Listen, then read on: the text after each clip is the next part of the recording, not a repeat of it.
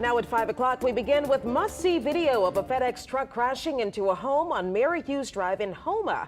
Take a look at that. People were inside of that home when the crash happened, but fortunately there were no injuries. But the driver has been arrested.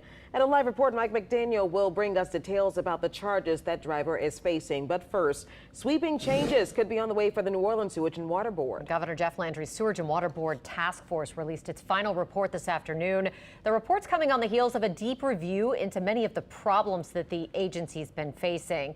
WWL Louisiana investigative reporter Mike Pearlstein, member of our Down the Drain team, is here in the studio with us. So what's the task force calling for and what could it mean? Well, Katie and Charisse, the 24-page report identifies many of the challenges that are already well known here in the city, including drainage problems, billing headaches, and the effectiveness and makeup of the board itself.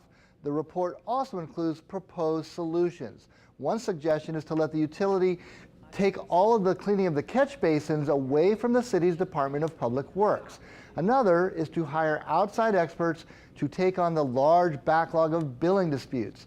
Perhaps the most sweeping recommendation is an overhaul of the 11-member board, starting with the appointment of a mostly state-appointed recovery district to oversee the agency.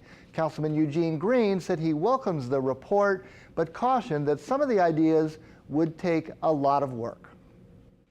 It is a starting point because it's recommendations. Some of them are going to involve the state changing laws. Some of them may involve the city council on certain matters. It's something to consider.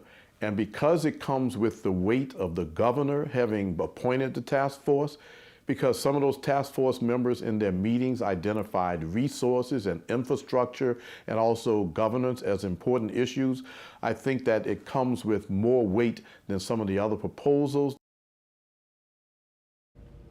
Now, I spoke to other officials, including at the Sewerage and Water Board itself, and most are taking a wait-and-see approach as they review this report. So, Mike, how likely is it that we're going to see these things actually implemented? Right. So, as Councilman Green said, because this is the governor's task force, the report actually carries a lot of weight.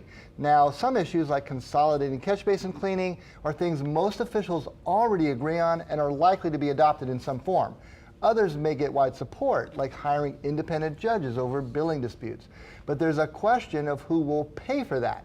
Now, some issues, like overhauling the oversight board, are bigger due to complexities and, of course, the inevitable politics. It certainly is inevitable in this situation. Correct. Thank you, Mike. We appreciate that report.